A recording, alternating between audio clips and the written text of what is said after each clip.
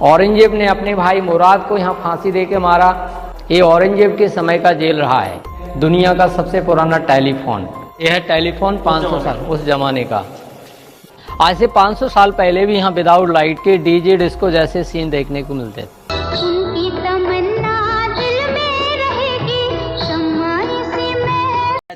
दोस्तों आज हम आए हैं ग्वालियर के किले पर। दोस्तों आज हम आपको पूरा ग्वालियर का किला दिखाएंगे, तो लास्ट तक वीडियो में जुड़े रहें। तो देखते हैं आगे कैसा सीन है। अभी तो हम गेट के स्टार्टिंग पॉइंट पर हैं, तो अभी लास्ट तक जुड़े रहें, पूरा सीन दिखाएंगे आपको।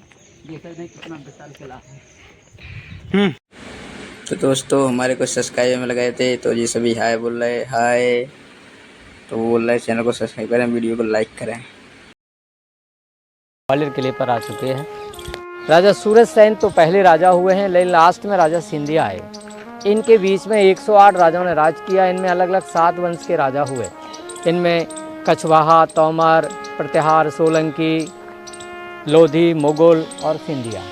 लेकिन इनमें सबसे ज़्यादा फेमस राजा मानसी हुए हैं तोमर डायनेस्टी के। इनका टाइम 15वीं सेंचुरी में रहा। तो इनकी 9 रानियाँ थी टोटल। 8 रानियाँ सेम कास्ट की थी, जो राजाओं महाराजाओं की लड़कियां थी, जो मेन पैलेस में रहती थी, जिस पैलेस का नाम रखा इन्होंने मान मंदिर पैलेस। लेकिन 9वीं रानी जो थी उसका महल सिटी में बनाया ग्वालियर गेट पर गुजरी महल के नाम से, वो एक अलग है। 8 रानियाँ इस महल में रहती थी। उनकी पूजा करने के लिए सामने वाली जो बिल्डिंग है, ये शिव जी का मंदिर बनाया था।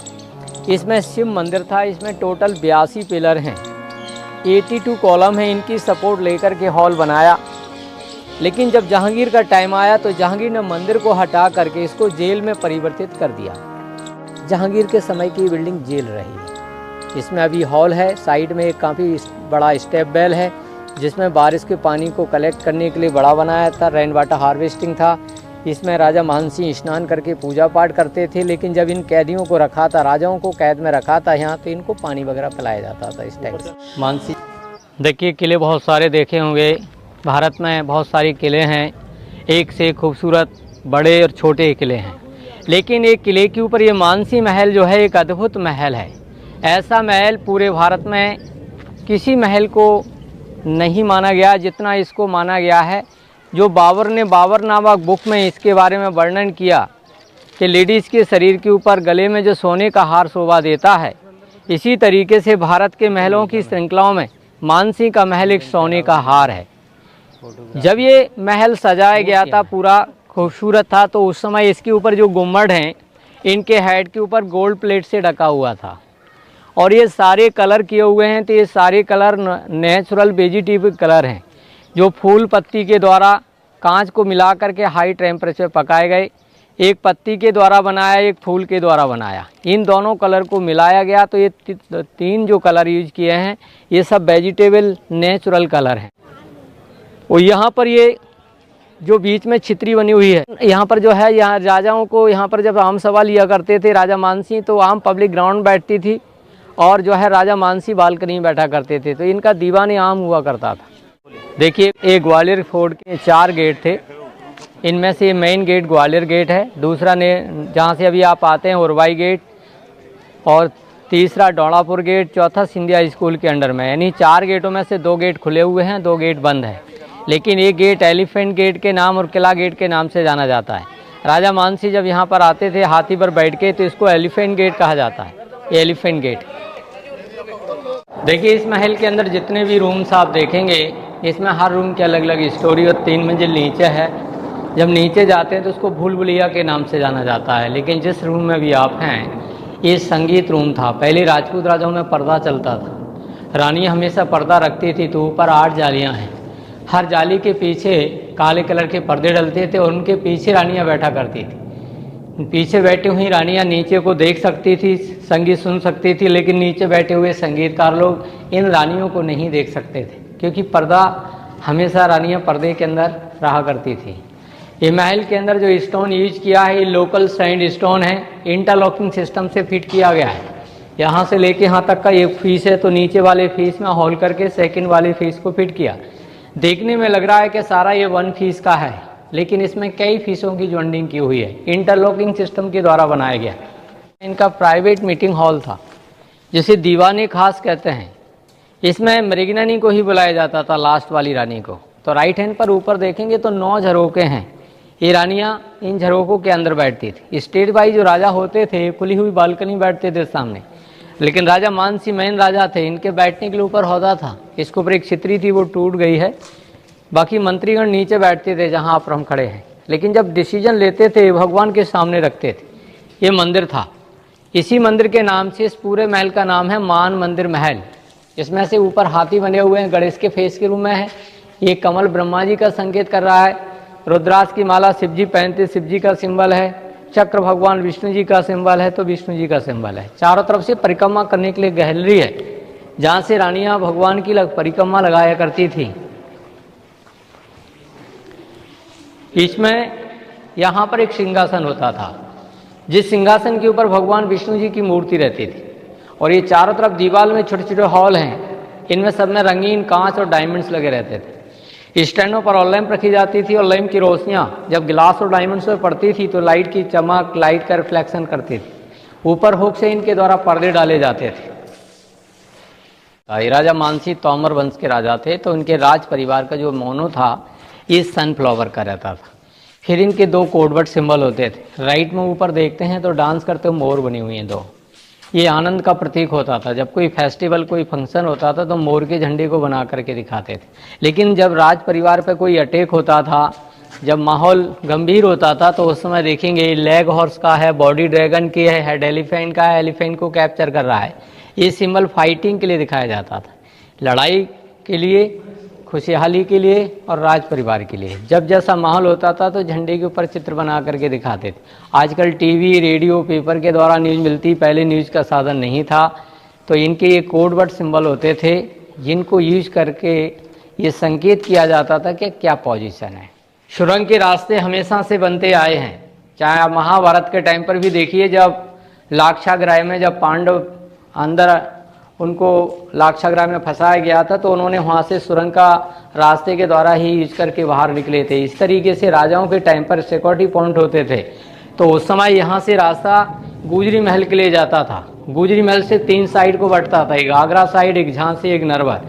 ये रास्ते भी 1.5 किलोमीटर की दूरी तक अंडरग्राउंड तक रहते थे, बाकी जंगल में रास्ते खुल जाते थे। तो रास्ता यहाँ से होता था। इसमें स्टोन की प्लेट सिंगल लगी रहती थी, इससे डाउट नहीं होता था कि रास्ता जा रहा है। लगता ये था कि रास्ता ये जा रहा है। ये सिर्फ दुश्मन को कंफ्यूज करने के लिए सस्पेंस इस रास्ता था, दिखाया जाता था, लेकिन रास्ता वो था नहीं। इस महल का ये सेकंड ओपन कोर्टयार्ड है, यानी दूसरे नंबर का आंगन है। और इस चौक के 3 नाम थे, रंग महल, शीश महल और डांसिंग हॉल। आज से 500 साल पहले भी यहाँ विदाउट लाइट के डीजे डिस्को जैसे सीन देखने को मिलते थे। लेकिन वो बनाया कैसे, क्या तरीके से उनका उन्होंने यूज किया, तो देखिए यहाँ पर डीजे 500 साल पुराना। जैसे ये फ्रेमें हैं, इन सारी फ्रेमों में ग्लास लगे हुए थे, वो भी डिफरेंट कलर के, अलग अलग रंग के, और उसमें एक रंग का था। इसी तरीके से सब में अलग अलग रंग के शीशे फिट थे।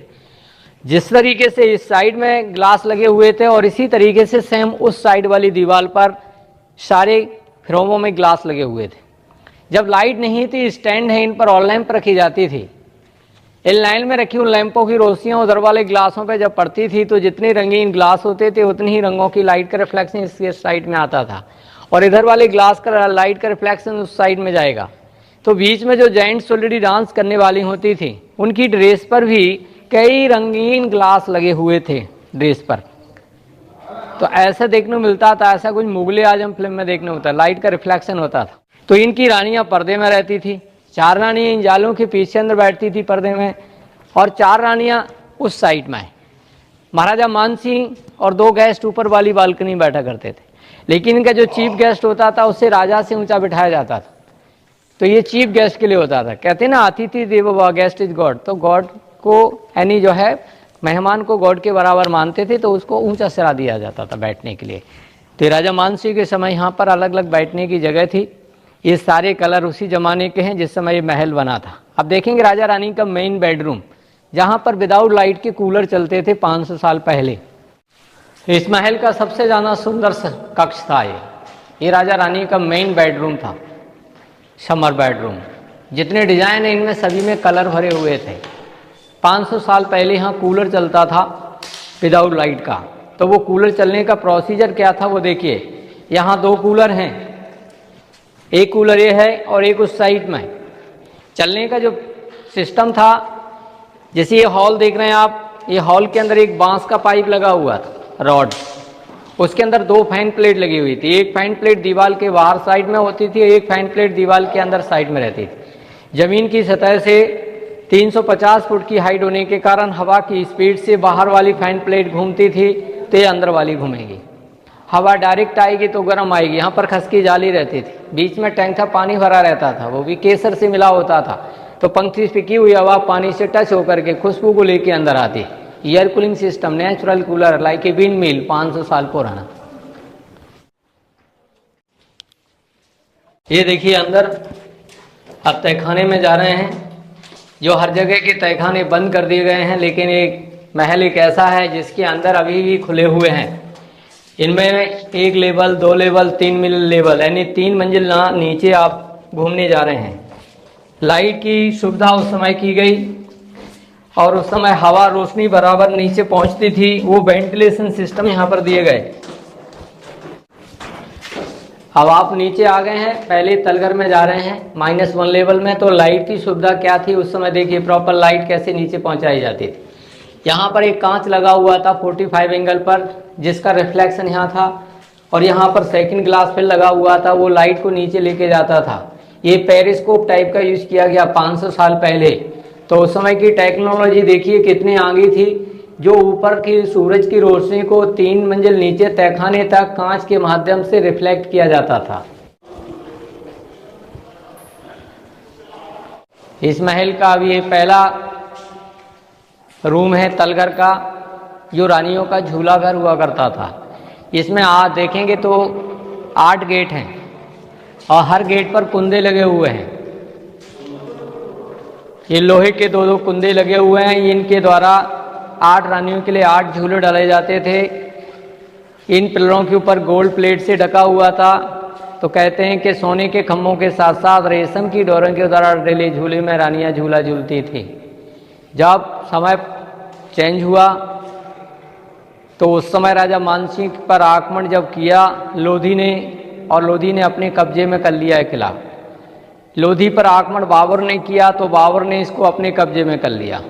मुगल टाइम में बाबर के बाद जब और जो मुगल रूलर आए, उस समय इस किले को जेल के रूप में यूज किया। तो यहाँ पर औरंगजेब ने अपने भाई मुराद को बंदी बना के रखा था। ये औरंगजेब के समय का जेल रहा है। औरंगजेब ने अपने भाई मुराद को यहाँ फांसी दे के मारा, उसके नाम से इसको फांसी घर कहते हैं। फांसी यहाँ से दी थी। यहाँ पर एक प्लास्टर भरा हुआ है चूना, और इसी तरीके से इस साइड में सामने है एक स्पेशल पाइप डाल करके यहाँ पर रस्सी से बांध करके औरंगजेब ने अपने भाई मुराद को फांसी दे के मारा था। उसके नाम से फांसी घर है। जबकि मानसिंह जी के समय ये झूला घर था रानियों का। अब इसमें एक विशेष चीज़ देखेंगे जो आज से 500 साल पहले असंभव लगता है सुनने में, दुनिया का सबसे पुराना टेलीफोन। तो टेलीफोन की स्टार्टिंग ग्राम बेल ने की 200 साल पहले। उससे पहले कोई टेलीफोन का जिक्र नहीं है, लेकिन यहाँ मानसिंह जी के समय 500 साल पहले टेलीफोन था। तो वो टेलीफोन किस तरीके का था वो देखिए। महाराजा मानसिंह जी की 8 रानियां इस महल में रहती थी, लेकिन 9वीं रानी का महल शहर में अलग है, ग्वालियर गेट पर गोजरी महल के नाम से। उस महल से इस महल को सुरंग के रास्ते के साथ जोड़ा गया था। सुरंग के साथ इन्होंने 2 पाइपलाइन डाले, 3 इंची वाले, मिट्टी के चूना की सपोर्ट करते हुए। आवश्यकता पड़ने पर एक पाइप से बोलते थे, आवाज़ उस महल में पहुंच जाती थी, और वहां से बोलते थे तो आवाज़ इस महल में आती थी। तो यहाँ पर ये 2 पाइप हैं, एक पाइप से बोलने का और एक से सुनने का। ये इंटरकॉम सिस्टम 500 साल पुराना पाइप के द्वारा होता था। ये है टेलीफोन। ये है टेलीफोन 500 साल उस जमाने का, मृगनयनी का और राजा मानसिंह का। ये महल का दूसरा तलघर है -2। ये स्पेशल झूला घर था राजा रानी के लिए। सेंटर में 4 कुंदे हैं, एक बड़ा झूला घर था जहाँ पर 2 लोग राजा रानी एक समय एक साथ बैठ करके झूला झूल सकते थे। लेकिन जब कभी कोई लड़ाई वगैरह होती थी तो रानियाँ यहाँ बैठ करके राजा का वेट करती थी। एक खिड़की के बाहर झंडा लगा रहता था, वो झंडा यहाँ से दिखता था। जब राजा मानसिंह 1521 में इब्राहिम लोदी की लड़ाई में हार गए तो ये झंडे को नीचे डाल दिया था और झंडे के गिरते ही मालूम हो गया कि राजा खत्म हो गए, तो उनकी 8 रानियों ने जौहर कर लिया था। जहाँ जौहर किया था वो तीसरे तलघर में अभी नीचे जा कर के देखेंगे।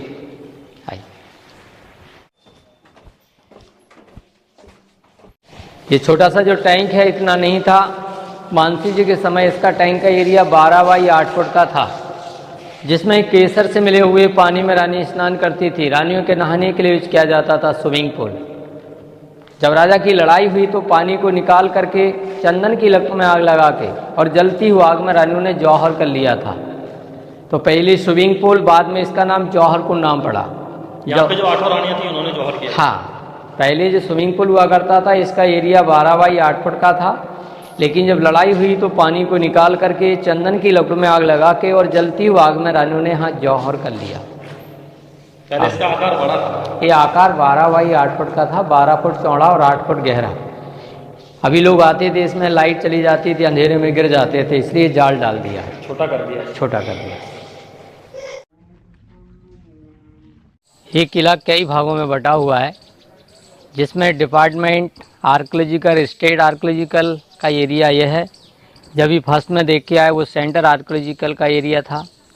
कुछ पार्ट्स इंडिया स्कूल के अंडर में हैं, कुछ सरदारों के अंडर में सिख गुरुद्वारा है, PWD का है, यानी कई भागों में एक किला जो है बटा हुआ है। लेकिन जिस एरिया में अभी हैं आप, ये स्टेट आर्कियोलॉजिकल का है। इसमें काफ़ी पॉइंट हैं, जिसमें तालाब, मंदिर, महल, ये अलग अलग टाइम की बनी हुई हैं। सामने वाला जो महल देख रहे हैं ये करण महल राजा मानसी के दादाजी ने बनवाया था। ये मानसी महल देखा, उससे भी ये 100 वर्ष पुराना है। मानसी के ग्रैंडफादर थे करण सिंह तोमर। इन्होंने अपने टाइम पर इस महल को जब बनवाया तो ये 4 मंजिला था। 4 मंजिल में से 2 मंजिल इसके अभी खुले हुए हैं, लेकिन 2 मंजिल टूटने के कारण से बंद ही कर दिए गए। ये विक्रम मंदिर है, जो राजा मानसी का लड़का था विक्रम सिंह तोमर।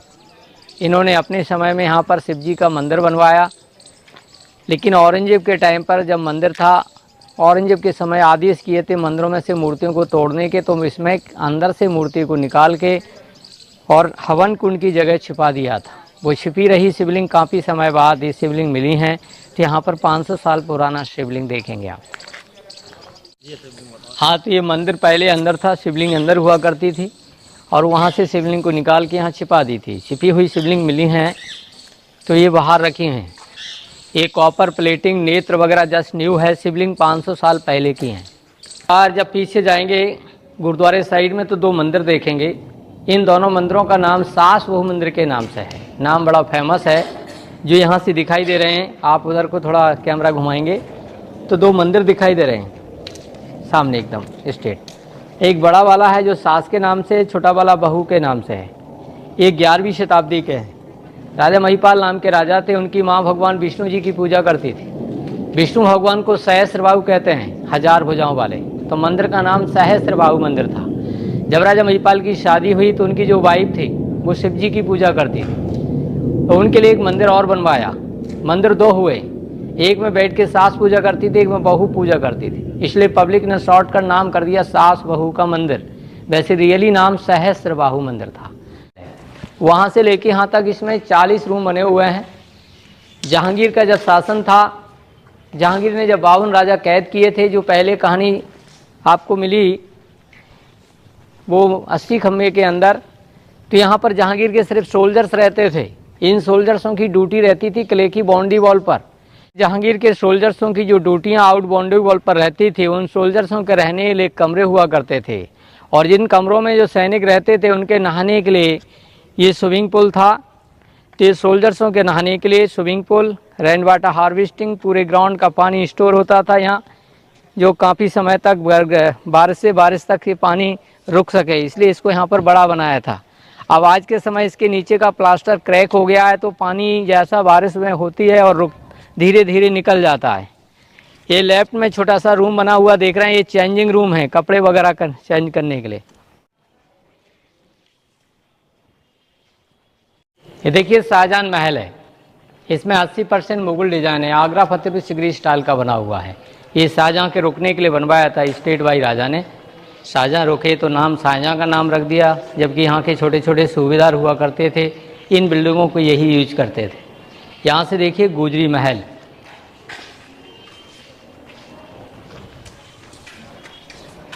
देखिए ग्वालियर में सबसे ज़्यादा चर्चित जो कहानी है वो राजा मानसिंह और राजा मानसिंह की नौवीं रानी मृगनयनी की कहानी है। तो ये मृगनयनी का महल यहाँ से दिखाई दे रहा है। ये सामने जो चौकोर बना हुआ महल है ये गुजरी महल है। यानी राजा मानसिंह की जो नौवीं रानी थी उनके 3 नाम थे, गुजरी भी कहा जाता था, मृगनयनी भी कहा जाता था और नन्नी भी नाम था। एक बार जब राजा शिकार खेलने निकले तो उन्होंने जंगल में एक यंग खूबसूरत लड़की को भैंस से लड़ते देखा, और वो सीन देखा जब वो लड़की लड़ते हुए अपनी ताकत से भैंसे को हरा देती है। तो राजा बड़े खुश हुए, उस लड़की से नाम पूछते हैं। लड़की ने अपना नाम बताया नन्नी, नन्नी माने छोटा होता है। राजा मानसिंह ने नाम चेंज किया, नाम रखा मृगनयनी। शादी करने के लिए प्रस्ताव रखा तो लड़की ने शादी करने से पहले उनसे 3 शर्तें की मांग की। राजा ने उनकी तीनों शर्तों को मान लिया। तो लड़की ने पहली शर्त मांगी कि आपकी रानियाँ पर्दा डालती हैं, हम पर्दा कभी नहीं रखेंगे। दूसरी शर्त, आप युद्ध में लड़ने जाएंगे, जंगल में शिकार खेलने जाएंगे तो हम साथ में रहेंगे। तीसरी शर्त, हम आपके ग्वालियर के पानी को यूज नहीं करेंगे, क्योंकि हमारे अंदर जो ताकत है, जो सुंदरता है, वो हमारे राई गांव के पानी का कारण है। जहाँ की मैं रहने वाली हूँ, जिस नदी का पानी पीती हूँ, वो पानी निरंतर ग्वालियर तक लाया जाए तो मैं शादी कर सकती हूँ। ये शर्त बहुत कठिन थी। गांव की दूरी 18 किलोमीटर पर थी, 3.5 फुट किले की हाइट थी, किले के ऊपर पानी को लाना संभव नहीं था, लेकिन राजा ने वचन दे दिया था, पूरा करना था। इसलिए इस किले के ऊपर महल न बनवाते हुए इस महल को नीचे बनवाया, ज़मीन को 2 मंजिल अंडरग्राउंड में किया इस महल को, जिससे कि स्लोप में पाइपलाइन डाल करके उसके गांव से यहाँ तक पानी को लाया गया था। तो ये गुजरी महल, गुजर परिवार की लड़की होने के कारण इसका नाम गुजरी। देखिए यहाँ पर जो है 3 पॉइंट हैं, इसमें से सामने ऑर्डिनेंस फैक्ट्री देख रहे हैं जो अंग्रेजों के टाइम की है। अंग्रेजों ने यहाँ पर बारूद कारखाना खोला था, ये 1881 की है, जिसमें बारूद, तोप, गोले, गन, राइफल, हथियार वगैरह बनाते थे। और यहाँ राइट में को देखेंगे तो एक छितरी बनी हुई है, ये किंग्स मेमोरियल है। ये भीम सिंह राणा जाट वंशज राजा थे, ये फाइट करते हुए मारे गए थे। उनके मरने के उपरांत जहाँ उनकी चिता जलाई गई, उनकी मेमोरियल में छितरी बनाई गई, जो छितरी बनी है भीम सिंह राणा के मेमोरियल में, यादगार में। लेकिन ये तालाब बना, ये जौहर कुंड है। 1232 में इल्तुतमिश का आक्रमण हुआ था। इल्तुतमिश की लड़ाई में यहाँ के राजा ब्रह्मदेव फाइट करते हुए मारे गए, तो उनके मरने के उपरांत उनकी रानियाँ, दासियाँ, अन्य लेडीज मिलाकर के 17 लेडीज़ों ने एक साथ में यहाँ जौहर किया। उनकी यादगार में इस तालाब को बनवाया गया, जिसे जौहर कुंड कहा जाता है। तो ये जौहर कुंड 1232 का है। एक मानसिंह के महल के अंदर जौहर किया, वो राजा की 8 रानियों ने जौहर किया 1521 में। लेकिन ये बहुत पुराना है, जौहर है, इससे पुराना है। ये अंग्रेजों के टाइम की तोप है, ये ब्रिटिश टाइम की बनी हुई तोप है। एक तोप का वजन 4 टन का है। रेंज इसकी 3 किलोमीटर की होती थी, ऊंचाई इसकी 5.5 फुट में होती थी। था टोपीदार बंदूक जैसा सेम होता था, इसमें आगे से पाउडर पैकेट डालते थे और एक रॉड होता था लंबा, जिसे गज कहते हैं। गज से पंच किया जाता था तो पाउडर पीछे पहुंचता था। इसमें बीच में गोले डाले जाते थे, पोटास की हैवी डार्ट लगा दी जाती थी। जब भी ज़रूरत पड़ेगी तो बत्ती में आग लगा दी जाती थी पीछे। बत्ती जलते हुए पाउडर से टच होती थी, ब्लास्टिंग होता था, प्रेशर से गोला आगे फेंकता था। यहाँ सिर्फ पब्लिक को दिखाने के लिए रखा है। वैसे ये यूज की जाती थी किले के चारों तरफ बाउंड्री वॉल पर, जहाँ पर इनके कैनन प्लेटफॉर्म होते थे। तो एक किले के चारों तरफ अराउंड में 12 कैनन प्लेटफॉर्म हैं। हर प्लेटफॉर्म पे कम से कम 4 या 3 तोपें रखी जाती थी, जिसमें एक भर रही है, एक चल रही है। इस तरीके से इसका सिस्टम